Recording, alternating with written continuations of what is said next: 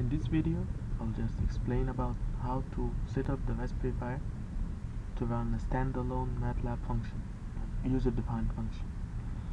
Before that, we need to make one check to make sure that you can compile the required documents. So just write max setup. So if you find this output here, means that it's okay. You're able to run the Simulink, to compile the Simulink files required to do the standalone. If you don't have this output, if you have another error, then please refer to the links I put in the video description or together with my blog post. So if this is done, let's try to connect the Raspberry Pi first.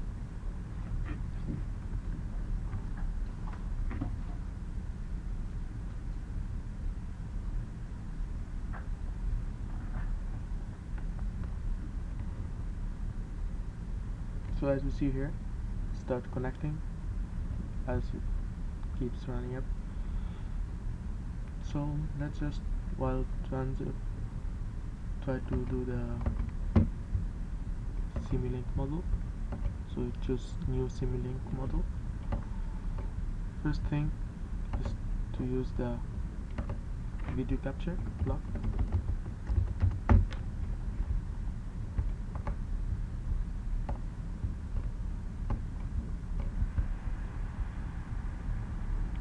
I'll choose the image size to be 640 by 480. I use it as RGB. Let's apply and OK. Now I want to include my function, so I'll just write MATLAB function.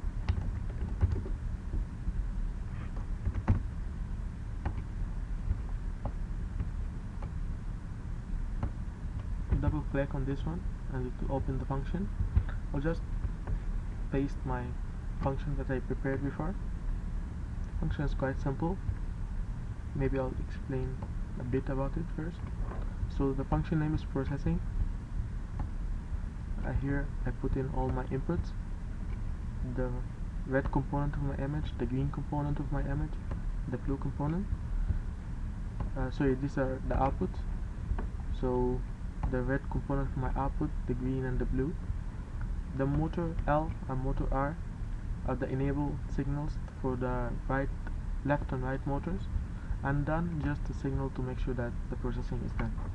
So the inputs are image capture, red component, green component and blue component.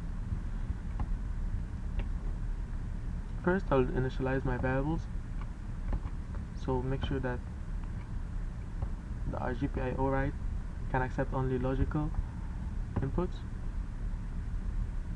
Here I set my maximum and minimum for the values obtained by the calibration, the brightness values for each component, as I explained in my previous blog post. After that, we'll do some processing. This one is for the image, for the color detection. After that, we'll do medium filtering, and then this is the core of my code, which just try to get the whole pixels in the row, choose the midpoint pixel, and based on this midpoint pixel it will try to change the motor's directions. So if there's no processing done, then just turn off both motors. Yeah, it's just active low. So if the mid pixel is on the left side, then you try to turn right, try to turn left. So you operate on you turn on the right motor and you turn off the left motor. Same thing, if the pixel is on the right side, then you turn on the left motor in order to turn right, and else you go straight, then you operate both motors. After that, I'll just show my image, the output image. So I show it as a red component because of course it's just a grayscale.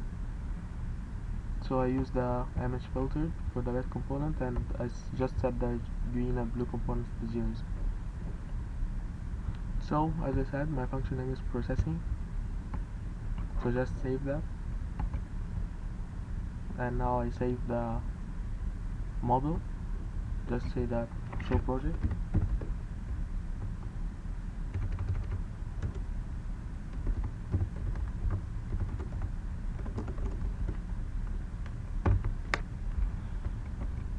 So I have my MATLAB function here with all my inputs and all my outputs. So I connect my inputs to the output of the camera. I also need to show my output image, so I just use the value, use the SDL video display.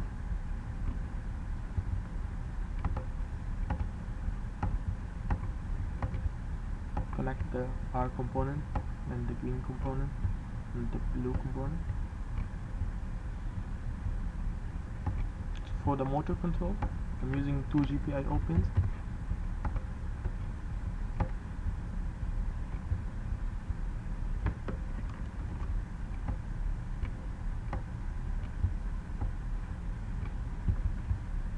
I'm using pin 23 and 24.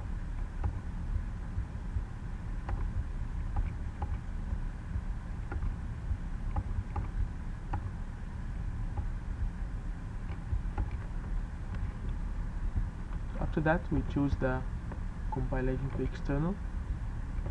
We set the time to infinity.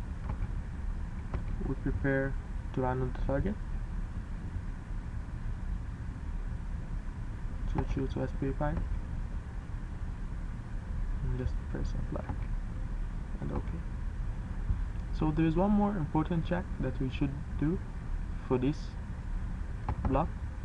We want to make sure that this device is actually there, because you need to do some setup in order to make the camera work with this block. I will put a link in order for you to do this setup, but every time you need to do this step. So just connect to the Raspberry Pi and open the shell.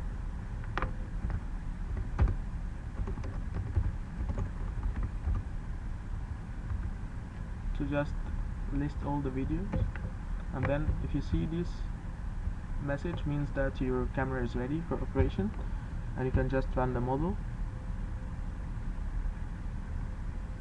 Again, you should make this infinity. Okay, you can just run the model.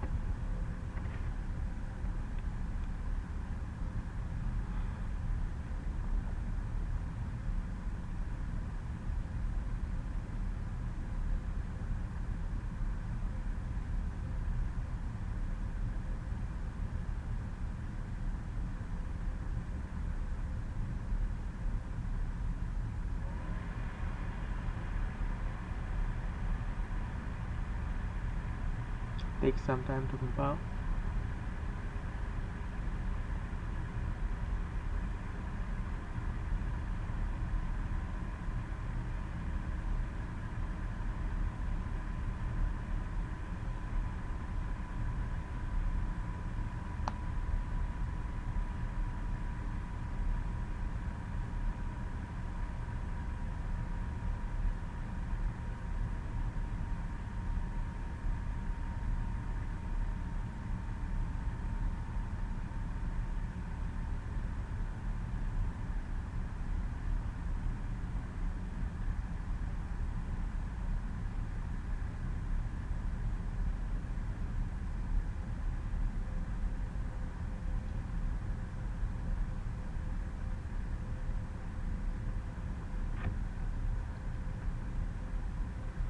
So after it runs, you can see the output image here. I'll just try to change the image in order to show you how that is really working.